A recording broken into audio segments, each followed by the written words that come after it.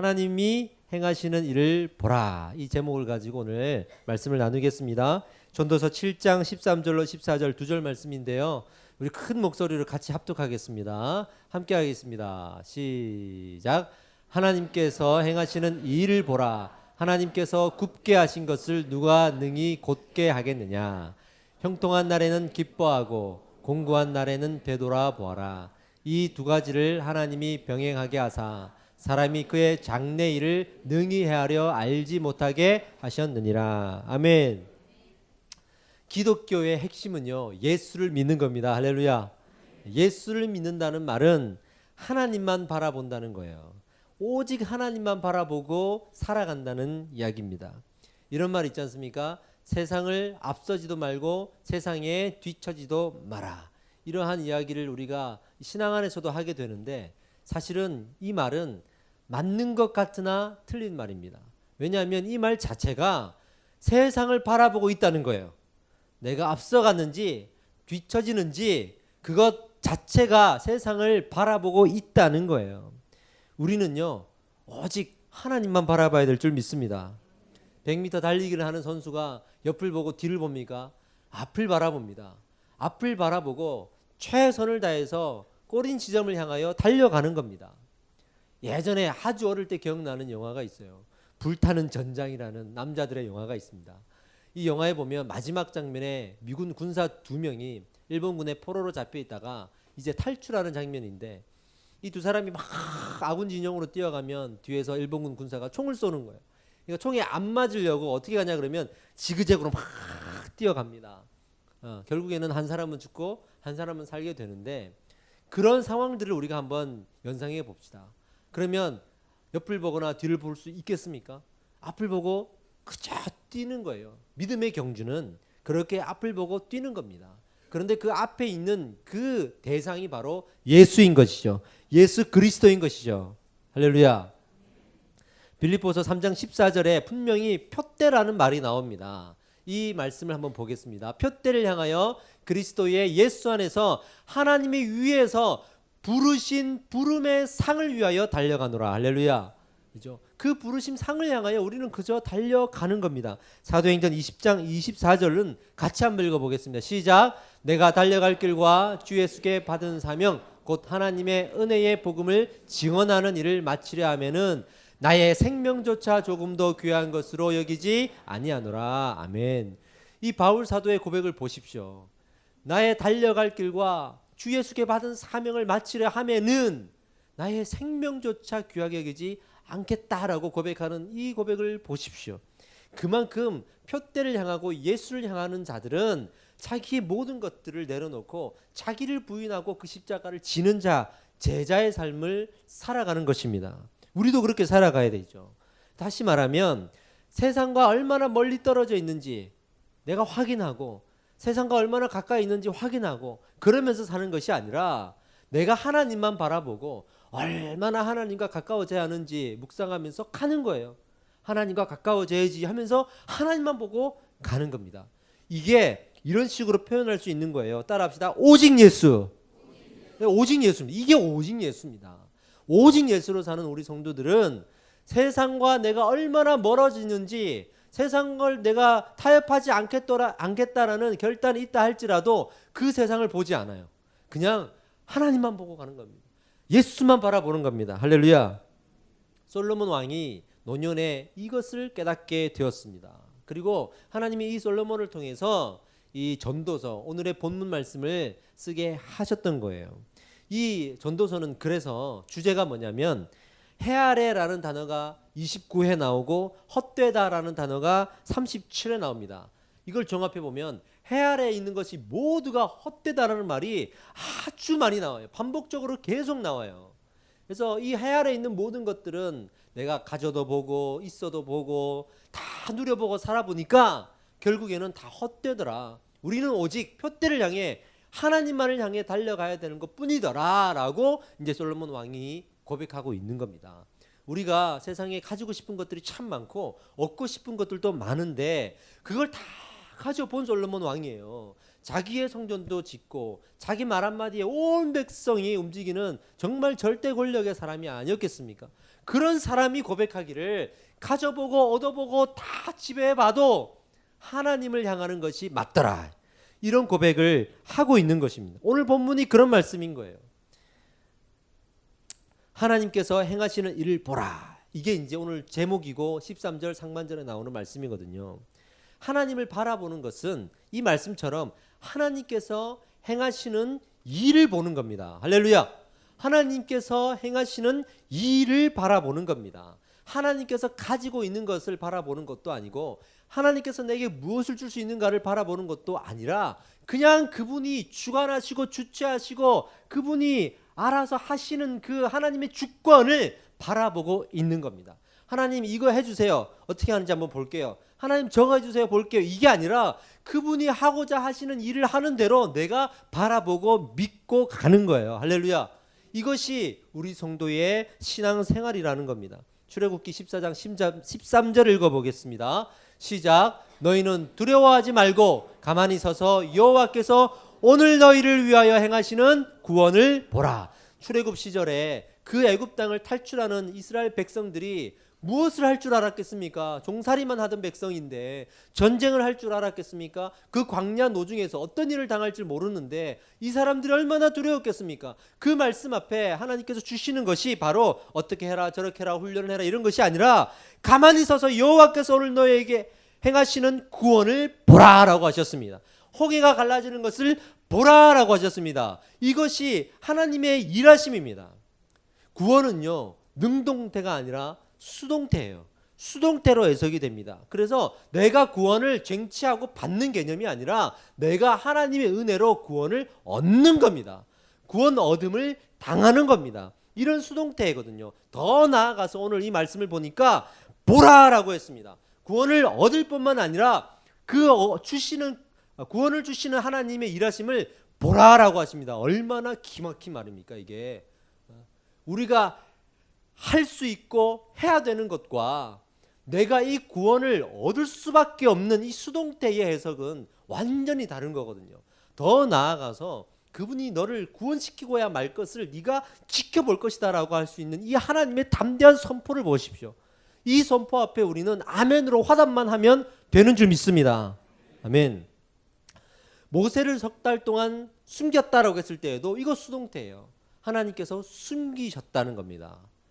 또 하나님께서 복음에는 하나님의 의가 나타나셨다 그랬는데 이 나타나심도 수동태입니다. 나타나 주었던 겁니다. 하나님께서 나타나 주신 겁니다.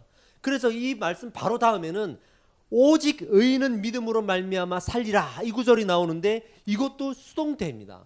그래서 하나님께서 복음에는 하나님의 의가 나타나 주었으므로 말미암아 우리 의인은 그것을 믿음으로 받들어서 그렇게 살 수밖에 없게 된다라는 뜻이에요. 제가 책을 한 권 읽고 있는데 이 책이 행크 헤네그래프라는 저자가 쓴 책이에요. 바벨탑에 갇힌 복음이라는 책인데 이 책에 신이 된 인간 편이라는 챕터가 있습니다. 여기에 보면 인간이 내가 할 수 있습니다 라고 내가 구원을 받는 것입니다 라고 능동태로 해석하기 시작하면서 문제가 생겨나기 시작했고 이 문제가 어디에까지 지금 봉착되어 있냐 그러면 내가 신이 될 수 있다고까지 외치는 상황에 도달했다라고 비판하고 있어요.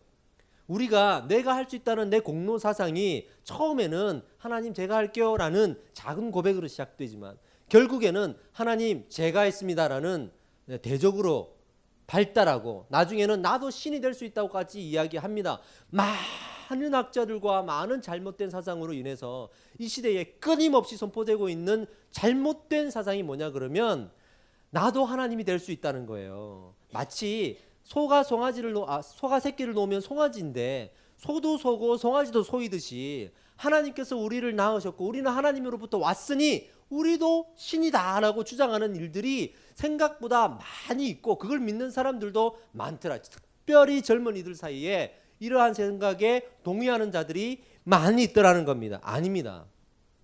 결코 그럴 수 없습니다. 우리는 하나님만이 오직 신이시라는 것을 인정하는 믿음의 종교입니다. 하나님만이 신이셔야 합니다. 할렐루야. 그렇기 때문에 이 수동태가 해석이 될 수 있는 겁니다. 다시 말해서 우리는 하나님을 유일신으로 섬기는 그런 신앙을 가진 사람들이에요. 그렇게 살아야 되는 사람들이에요. 근데 문명이 발달되고 우리가 많은 일들을 할 수 있게 됨으로 인해서 점점 더 내 공로 사상이 드러나는 겁니다. 세상이 그러니까요. 옛날에 우리 이 모든 이 세상의 공동체와 교회 공동체 모든 공동체는 많은 일을 할 수가 없었습니다. 핸드폰도 없었고 컴퓨터도 없었고 그저 모여야만 뭔가 일 하나 정도 할 수 있는 그런 시대가 있었습니다. 불과 한 15년 전쯤만 해도 제가 처음에 전도사 이 사역을 시작할 때쯤만 해도 무언가를 할 수가 없었습니다. 전화하면 집에 없어버리니까 연락할 수 있는 방법이 없어요. 모으기도 힘들고 그냥 모으는 게 일인 거죠. 모으는 게. 그렇게 해서 많은 일들을 못했습니다.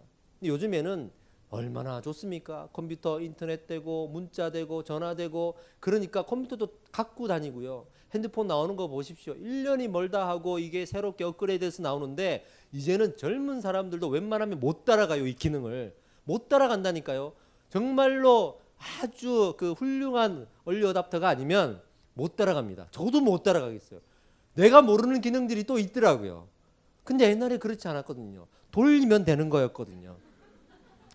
그러니까 요즘에는 그런 시대가 되고 많은 일들을 하게 됨으로 인해서 내가 했다고 주장할 수 있는 근거들이 너무 많이 생기는 거죠. 이것을 그래서 계속 능동태로 해석을 하는 겁니다. 하나님 내가 이거 했습니다. 저거 했습니다. 라는 마음으로 우리가 신앙생활을 하게 되더라는 겁니다. 그럴수록 우리가 잊지 말고 놓치지 말아야 되는 것은 하나님이 하셨다입니다. 할렐루야. 하나님이 하셨다입니다. 나로 하여금 하나님이 하게 하셨다입니다. 솔로몬 왕이 젊었을 때는 이것을 몰랐다가 이제 알게 된 겁니다. 젊었을 때는 구호가 있었어요.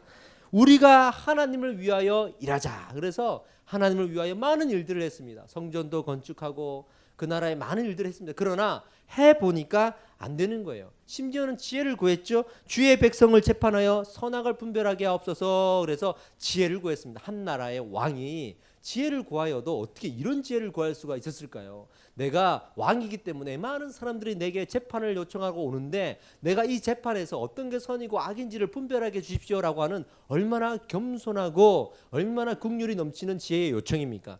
그런데 하나님께서는 이 지혜를 주실 때에 또한 하나님의 요청도 있었습니다. 그것이 바로 열왕기상 3장 14절에 나오는데요. 함께 읽어보겠습니다. 시작.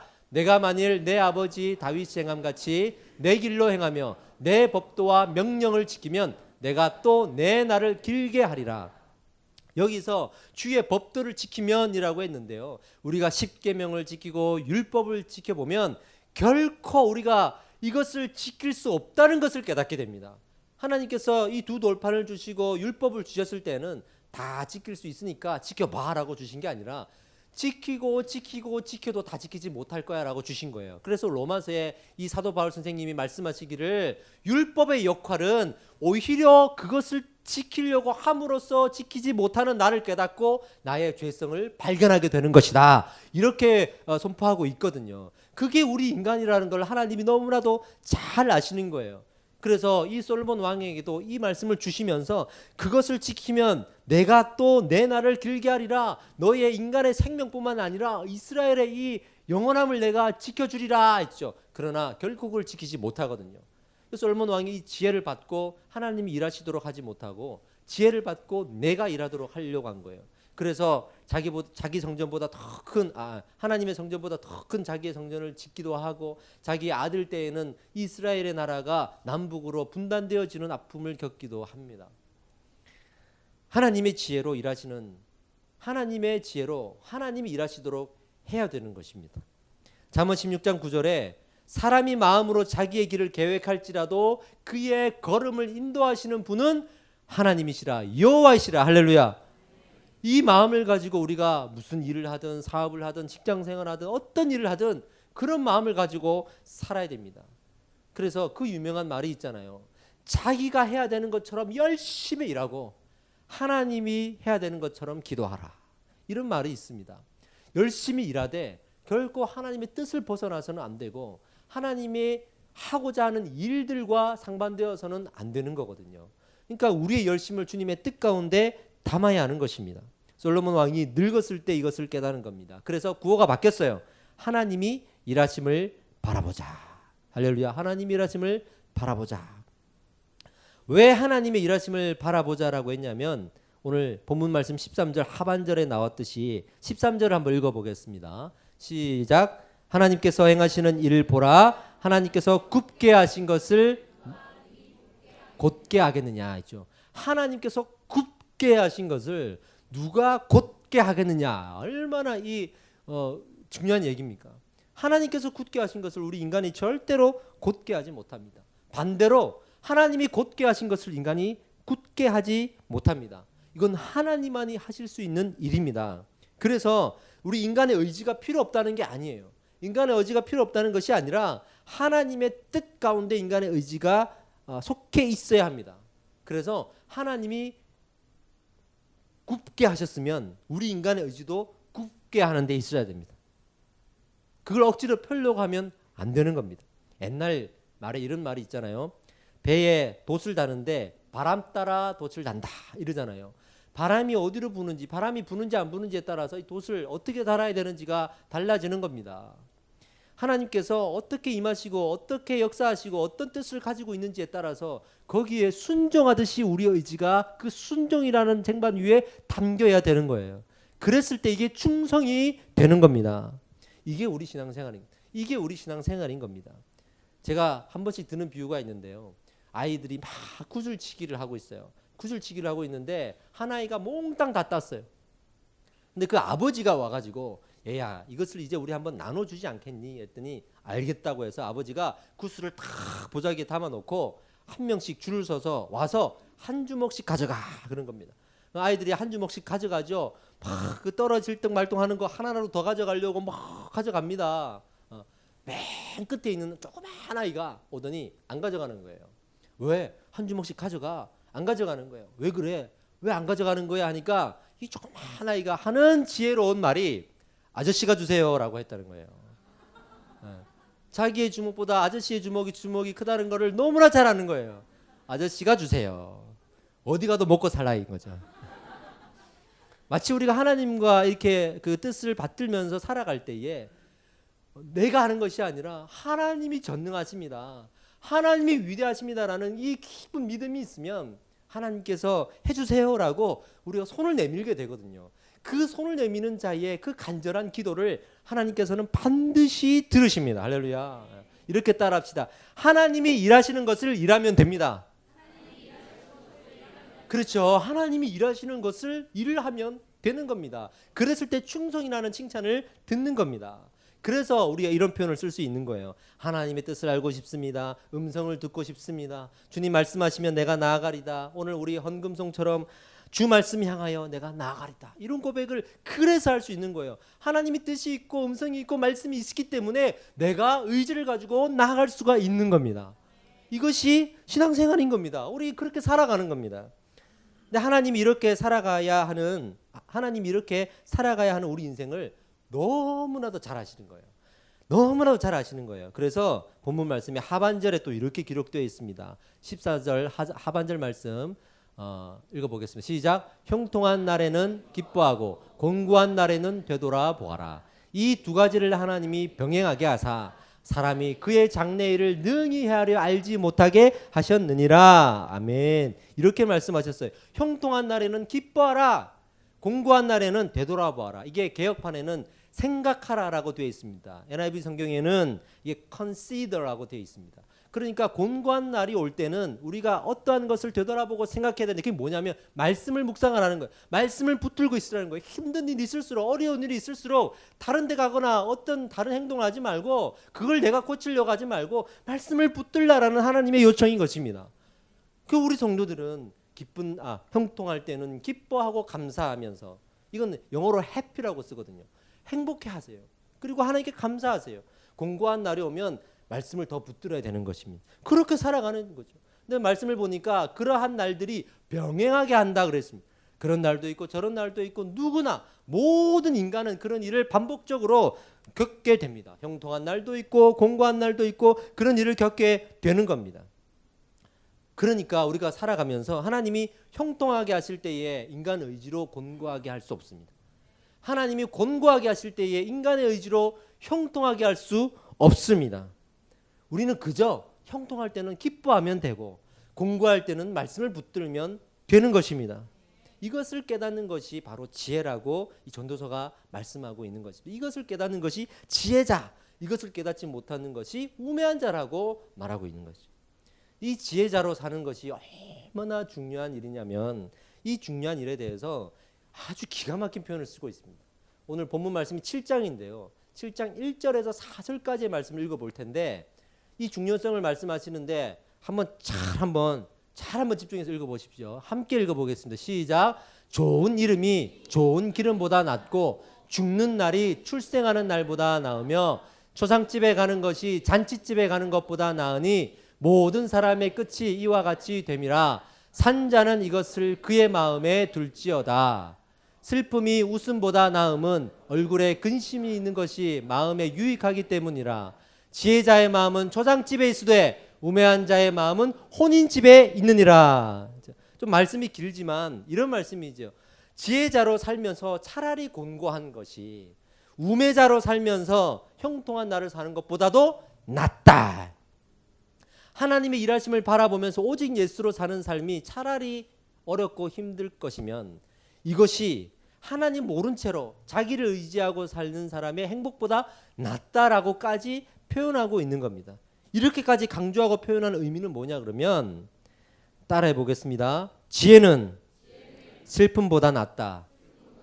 지혜는 슬픔보다 귀하다. 이 하나님을 바라보는 오직 믿음의 신앙이 이 땅의 슬픔보다도 더 낫다는 거예요. 이 땅의 기쁨보다도 더 낫다는 거예요. 하나님 일하심을 바라보며 사는 것, 그게 얼마나 귀한지를 이렇게까지 설명하고 있습니다. 주 예수보다도 귀한 것은 없네. 찬송아시죠? 이 찬송의 3절 가사를 보면요, 너무나 은혜롭습니다. 주 예수보다도 귀한 것은 없네. 이 세상 행복과 바꿀 수 없네. 유혹과 핍박이 몰려와도 주 섬기는 내 맘 변치 않네. 그죠? 그리고 나서는 세상 즐거움도 다 버리고 세상 자랑도 다 버렸다라고 고백하고 있잖아요. 근데 이게 우리가 그렇다고 해서 세상 즐거움과 자랑과 이런 우리의 세상에서 필요한 것들이 필요 없다고 말하는 게 아닙니다.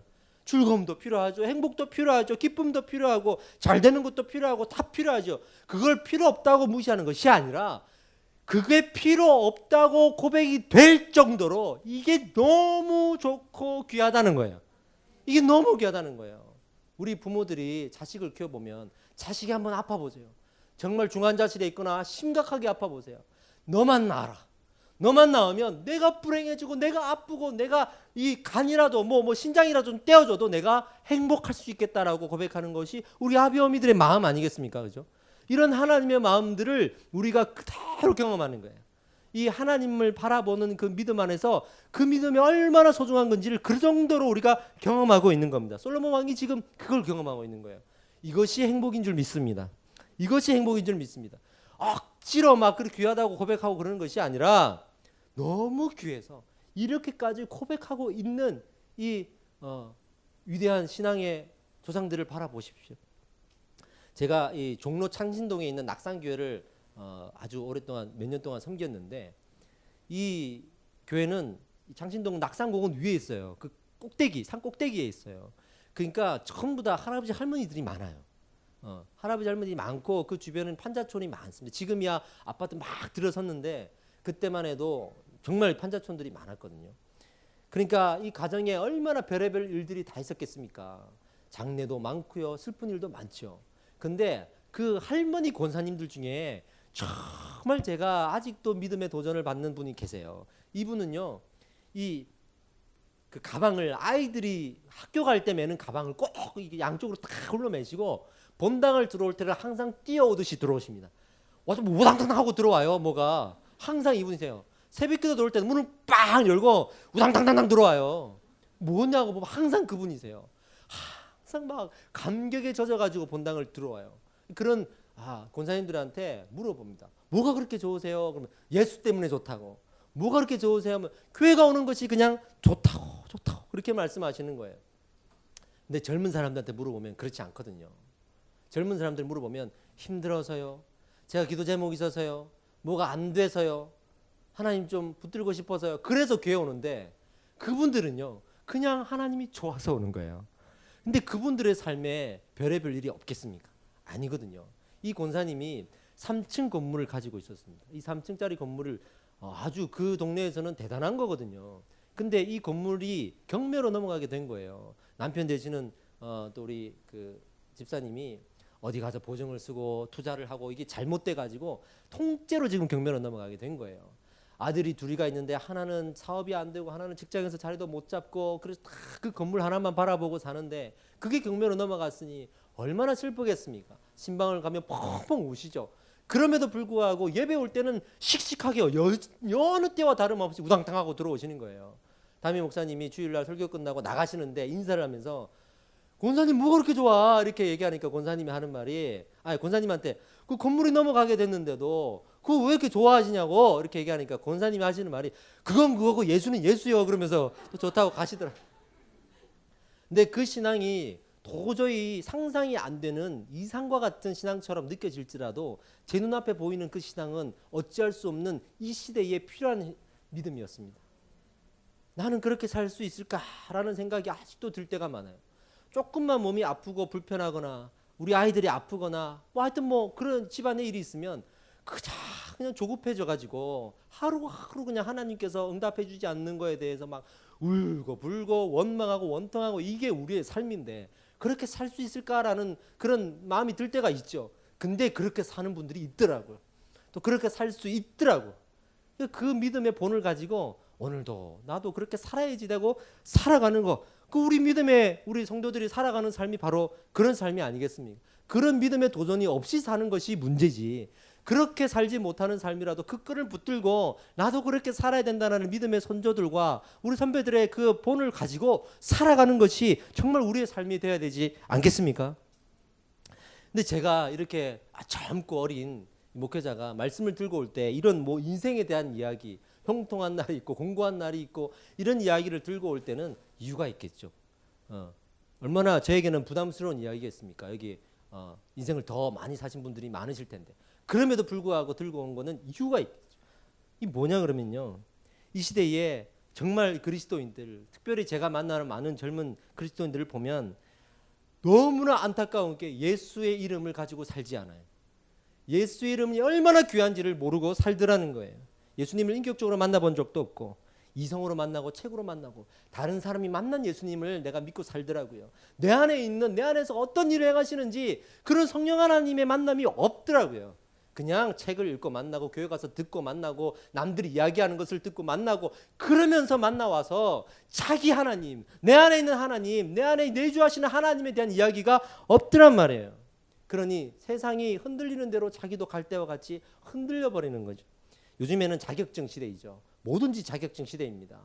자격증이 몇 개냐? 무슨 자격증이 있느냐? 이렇게 얘기합니다. 옛날에 제가 교육전도사 했을 때 그 낙산교회를 섬겼던 그 목사님이 25년 그때 막 그렇게 섬기셨는데 젊으셨을 때 얘기를 해주시더라고요. 그때만 해도 성도들이 장례가 생기면 염을 목사님들이 하셨다는 거예요. 직접 목사님들이 염을 하시고 하셨다 그래요. 그래서 술을 많이 드신 분들이 를 염을 하게 되면 피부가 진득진득하게.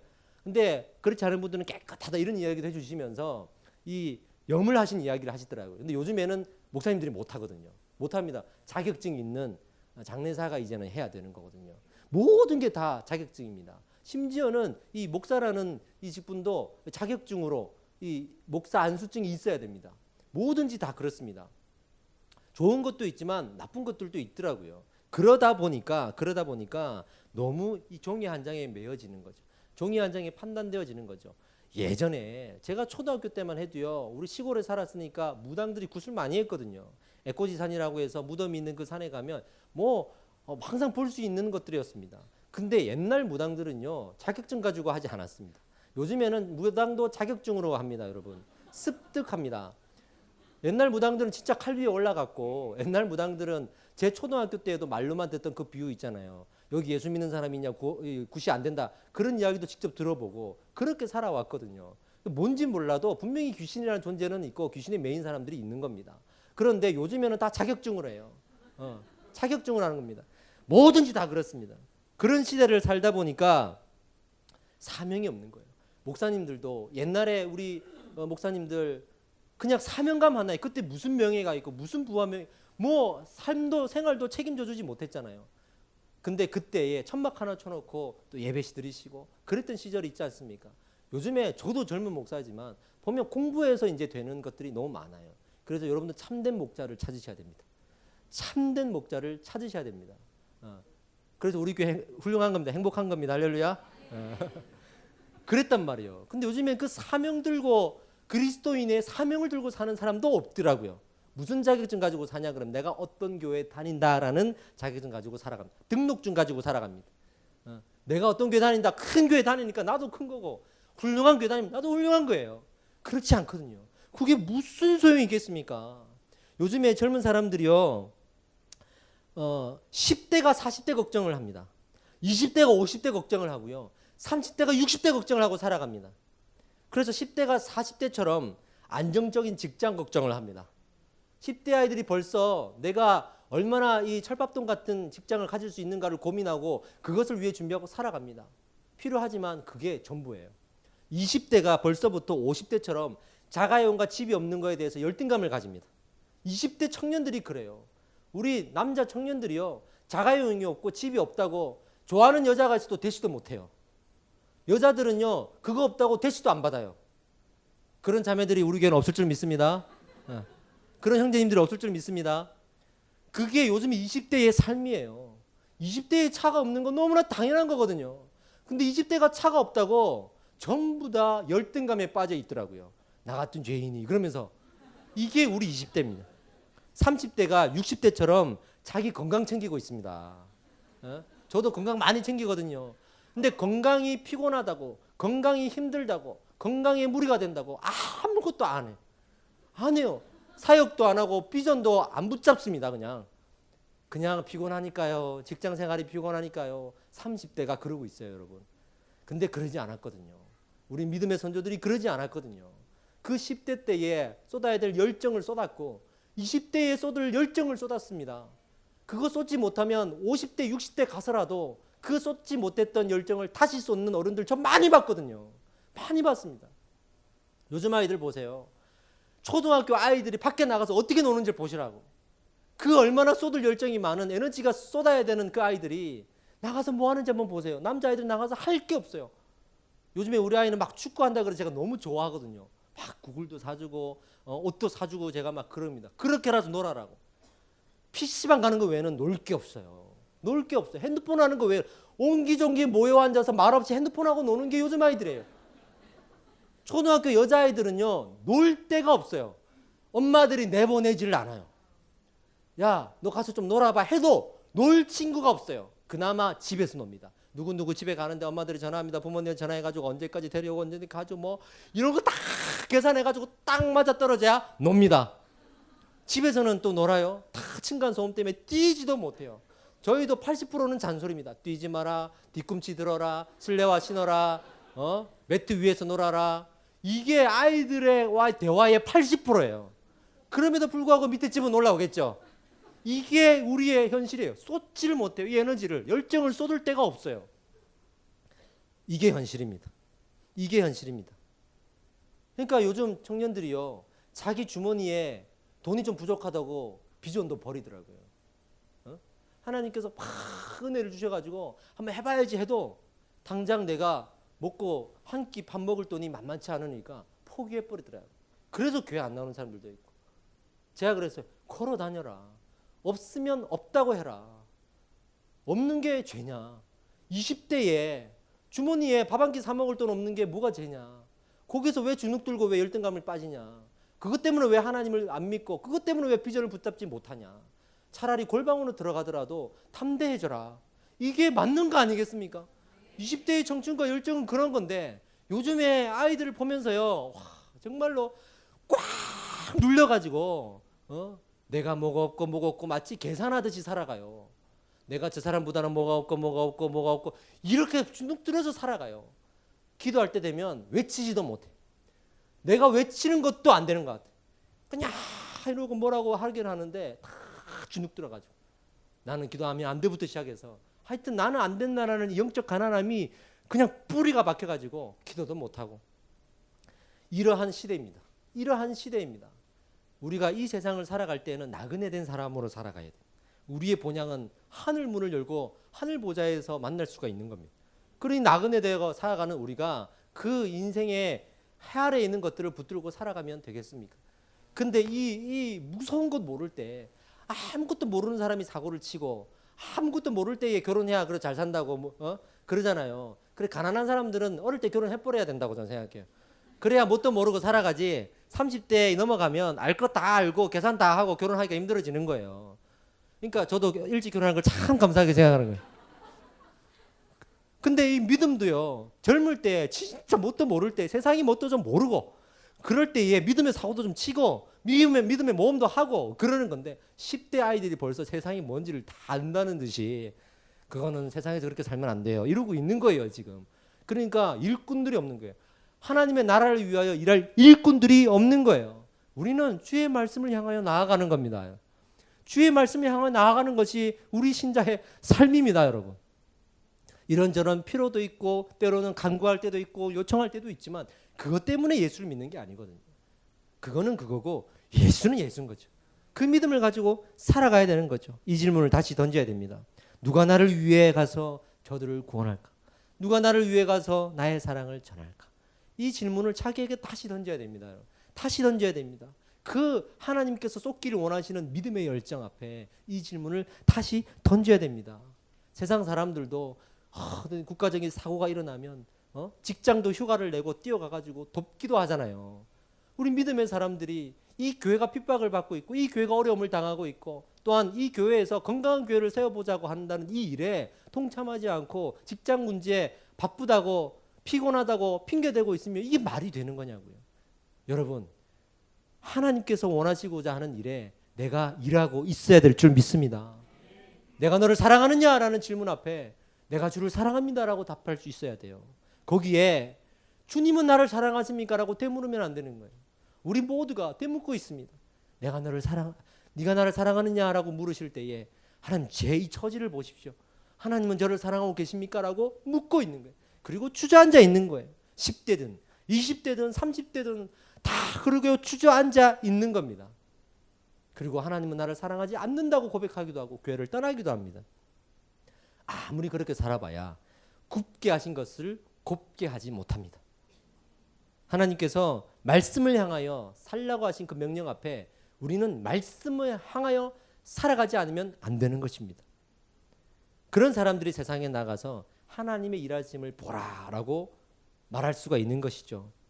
죽도록 믿어라라는 책을 썼던 스티브 퍼팅 목사님이 이렇게 말씀하셨어요. 만약 당신이 불가능한 일을 만났을 때에 담대히 하나님께 나아가지 않는다면 당신은 현재 그리스도인의 삶에서 최고의 순간을 놓치고 있는 것일지도 모릅니다. 그죠? 우리는 항상 이 최고의 순간을 놓치고 살아요. 위기가 있을 때 그만큼 크신 하나님의 은혜가 임하는 것입니다. 어려움이 있을 때 그만큼 큰 하나님의 응답이 있는 것입니다. 할렐루야. 그래서 형통한 날에는 형통을 주신 하나님께 감사하고 공고한 날에는 말씀을 펴들고 하나님의 은혜를 더 깊이 경험하기 위해서 우리가 믿음을 붙드는 거죠. 이게 반석 위에 세워진 믿음이라는 겁니다. 할렐루야. 우리 예배팀 나와주시고 우리 이 예화만 들고 제가 말씀을 맺겠습니다. 영화를 봤어요. 가디언이라는 영화를 봤습니다. 이 가디언 영화는 케빈 코스트너가 주연한 영화인데요. 해상 구조대 이야기를 다루는 영화입니다. 이 케빈 코스트너가 벤 렌달이라는 당시의 해상 구조대원으로서는 전설적인 인물로 나와요. 많은 사람들을 구했고 구하는 이야기가 신문에 보도되었는데 정말로 다른 구조대원들이 흉내조차 낼 수 없는 그러한 사명감을 가지고 그 자리에 섰던 사람입니다. 근데 이 사람이 동료들과 어느 날처럼 또 구조 작업을 펼치다가 동료들을 잃게 되는 사고를 당하게 됩니다. 그 사고 때문에 이 트라우마가 생겨가지고 더 이상의 현장에서 구조를 할 수 없는 상황이 되죠. 그래서 이 상관이 설득을 시켜서 은퇴하지 말고 훈련소에 가서 구조대원들을 양성하는 교관이 되어라. 그렇게 얘기해서 교관으로 훈련소에 가게 됩니다. 벤 렌달이 전설적인 인물이 딱 되어서 교관으로 가니까 그 훈련소에 아주 젊은 천재적인 사람이 하나가 들어와요. 제이크 피셔라는 이 젊은 아이가 수영 선수인데 딱 들어와가지고 자기가 젊은 시절 훈련소에서 기록했던 수많은 전설적인 기록들을 다 깨버리는 거예요. 근데 한 가지가 다른 것이 너무나 교만한 거예요. 너무나 교만한 거예요. 구조를 할 때에 그 대상인 사람을 봐야 되는데 구조를 하고 있는 자기를 바라보고 교만해하는 모습을 보면서 벤 렌달이 아주 엄히 가르칩니다. 제이크 피셔는 나를 질투하는 거라고 생각하고 또 삐딱하게 나오죠. 티격태격 하다가 영화 말미에 서로가 이해하게 되고 서로가 서로를 알게 됩니다. 그러면서 이제 좀 친해지게 됩니다. 그러다가 이 수료를 하는 상황에서 벤 렌달이 트라우마가 있지만 이 친구를 위해서 한번 같이 구조를 가겠다. 현장에 투입이 됩니다. 역시나 트라우마가 생겨서 구조 작업을 완료하지 못해요. 이제는 진짜 은퇴해야겠구나. 제이크 피셔는 이제 좀 친해지고 이 전설과 같은 사람과 구조 작업을 하고 싶은데 은퇴하니까 아쉽죠. 그래서 쓸쓸히 가방을 싸가지고 은퇴한답시고 딱 나오는데 이 젊은 제이크 피셔가 질문을 던집니다. 한 가지만 가시기 전에 답변해 주세요. 지금까지 몇 명이나 구했습니까? 물어보거든요. 렌달이 얘기합니다. 22명. 놀라죠? 22명이요? 220명도 아니고 22명이요? 그랬더니 렌달이 마지막에 하는 이 명대사가 나오죠. 그건 내가 구하지 못한 사람의 숫자야. 나한텐 22명의 숫자가 더 중요해. 이 말을 남기고 이제 가거든요. 그 뒤에 또 많은 이야기가 나오는데 우리가 복음의 열정을 들고 이 땅을 살아가면서 이 대사처럼 살아야 되지 않겠나. 지금 우리가 훈련을 받고 있을 때 1명을 전도했다, 2명을 전도했다. 훈련 중이니까 당연히 이러한 실적과 목적이 필요합니다. 그 목적대로 살아야죠. 그러나 그것이 내 공로가 되어서는 안 됩니다. 내가 얼마나 몇 명이나 전도하지 못했는가, 내 주변에 전도하지 못한 사람이 몇 명이나 있는가, 이런 것들을 바라볼 줄 알아야 되는 거죠. 그렇기 때문에 하나님 앞에 겸손한 마음을 가지고 겸손함을 들고 복음을 증거할 수가 있는 거죠. 그렇기 때문에 당장 이 편안한 의자에서 일어날 수가 있는 겁니다. 내가 몇 명 했다, 이것이 내 공로가 되어버리고 내가 몇 명 할 것이다, 여기에만 심취돼 버리면 내가 전도하지 못했던, 복음을 증거하지 못했던 많은 사람들이 보지 못하는 거예요. 이거는 세상을 바라보는 겁니다. 하나님을 바라보는 사람은 내가 복음을 증거하지 못했던 수많은 사람도 보는 거예요. 그리고 다시 일어나는 거죠.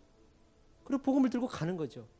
복음을 들고 산을 오르는 자의 그 발걸음은 바로 이러한 간절함이 있는 겁니다. 내 것이 아니요 하나님의 자녀들에게, 하나님의 자녀들이기 때문에 복음을 증거하러 그 길을 걸어가는 겁니다. 오늘의 말씀의 제목처럼 하나님의 일하시는 일을 보라 그랬습니다. 우리가 열심히 복음을 들고 증거하고 살아야 될 텐데 우리를 위해서가 아니요 하나님을 위해서입니다. 저는요 이 말씀을 준비하면서 정말 제 스스로에게 은혜가 됐던 것은 그동안 내가 교육자로서 살아오면서 복음을 증거했던 사람들을 생각하게 하시는 것이 아니라 나를 구원하신 하나님을 생각하게 하시더라고요. 나 같은 사람을 얼마나 보이지 않는 그 때가 많고 구석구석에 죄악이 많고 홀로 있을 때 그 죄된 습성들이 얼마나 많은지 모르거든요. 아직도 이 목사 같지 않는 이 사람을 하나님께서 쓰시고 인내로서 마치 끌고 가시는 그 모습을 보여주시면서 그냥 그런 하나님께 감사하더라고요. 그러니 내 주변에 있는 사람들은 너무나도 복음을 받아들여야만 하는, 이 복음을 증거해야만 되는 귀한 사람들인 것이죠. 내 가족들도, 내 지인들도, 내 주변에 내 이웃에 사는 사람들도 내가 복음을 증거하지 않고 살은 것에 대한 깊은 회개가 터져 나오더라고요. 밥을 먹으러 갈 때에도 그 식당 사장님에게 조금 더 복음을 증거할 걸, 그런 거 있지 않습니까? 지금도 한 식당을 정해놓고 기도하고는 있지만 밥 먹고 지난번에 그냥 나왔어. 이게 이제 이게 생각이 나더라고요. 조금 더 이렇게 했어야 되는데 바쁘다고 그냥 나왔어. 이런 마음들은요, 자기를 이끄시는 하나님에 대한 감사가 없으면 절대 안 될 것 같아요. 세상을 바라보고 있는 사람들이 절대로 이거는 가질 수 없는 마음입니다. 자기의 옷에 있는 것을 털고 있는 사람이 가질 수 없는 마음이에요. 그러니까 이 귀한 마음 앞에 하나님이 영광을 받으시는 것이죠. 하나님이 은혜를 주시는 것이죠. 이 주일에 이 세상의 험한 풍파 다 겪어온 성도님들 앞에 어떤 말씀을 증거할까라고 생각하면, 그러니까 말씀 열심히 준비해야 되겠구나, 정말 복음의 말씀을 잘 준비해야 되겠구나 생각도 들지만, 어떤 분들은요, 내가 험한 풍파 다 살고 여기까지 왔는데 그렇게까지 또 하라고 이렇게 생각할 수도 있겠구나라는 생각이 들더라고요. 그렇지 않습니다. 그래서 그럴지라도 우리는 그 풍파 속에서도 예수의 이름으로 살아야 되는 것입니다. 하나님의 일하심을 바라보십시오. 자기의 일을 내려놓고 자기를 부인하고 십자가를 지고 하나님의 일을 바라보십시오. 그래서 구원은 얻는 것인데 나아가서 증거하기를 보라! 라고 할 수 있는 믿음의 선포가 있기를 간절히 소망합니다. 어려움이 있고 힘들고 또 병중에 있는 우리 성도님들도 많으시죠. 그럴 때에 낫게 해달라고 해결해달라고 기도하는 것은 너무나 당연한 일입니다. 그럼에도 불구하고 그것이 내가 예수를 믿는 믿음의 목적은 아닌 것이죠. 왜냐하면 예수님이 살아계시기 때문에 믿는 거죠. 내 앞에 계시기 때문에 믿는 거거든요. 그러려면 내 앞에 항상 예수님이 살아계셔야 돼요. 세상을 보면 어느덧 예수님이 안 보일 때가 있어요. 나는 세상과 타협하지 않으려고 막 사는데 어느덧 예수님이 안 보여요. 우리는 내 눈앞에 예수님의 말씀이 있어야 됩니다. 그래야 예수님이 살아계시기 때문에 믿을 수가 있는 거예요. 세상을 바라보고 예수님을 믿으면 자꾸만 뭘 해줬는지, 뭐가 필요했는지 이걸 보게 돼요. 근데 그냥 말씀을 내 앞에 놔두고 하나님과 가까이 지기 위해서 그냥 그렇게 단순하게 살다 보면 그냥 내 앞에 말씀이 있기 때문에 내가 예수를 믿게 되는 거예요. 내 앞에 있기 때문에 믿게 되는 거예요. 그래서 구하고 요청하고 하나님께 조르고 하나님 제발 좀 낫게 해주세요, 해결해 주세요라고 하면서도 그것이 예수를 안 믿겠다라는 협박으로 가지 않고 아버지에게 아들이 매달리는 이 믿음의 경주로 가져갈 수가 있는 겁니다. 할렐루야. 이 시간 우리가 기도할 때에 하나님의 일하심을 보기를 원합니다. 나의 어떠한 상황들을 하나님 이제 하나님의 일하심으로 내어드립니다. 이것도 내가 해결하기보다 하나님의 일하심으로 내어드리길 원합니다. 하나님께서 일하여 주시옵소서. 아저씨가 주세요라고 했던 그 이 아이의 말처럼 하나님이 해주세요라고. 많은 세상 사람들이 세상의 논리와 섭리가 너 이렇게 해봐, 이거 해봐, 이렇게 하는 거야 라고 해도 우리는 무릎을 꿇고 하나님 앞에 두 손을 모으고 골방으로 들어갈 수 있어야 됩니다. 그것이 바로 우리 신자의 삶이거든요. 우리가 이 마음을 회복하길 원합니다. 하나님, 그분의 일하심을 바라보고 그분의 일하심대로 살게 하여 주시옵소서. 내가 움직이고 내가 행동할 때에 하나님의 뜻 가운데 있기를 간절히 소망합니다. 주의 말씀을 향하여 내가 나아가길 원합니다. 함께 기도하시면서 우리 아버지 앞에 부르짖겠습니다. 기도하겠습니다. 주여, 할렐루야, 할렐루야. 우리 하나님 말씀 앞으로 나아갑니다.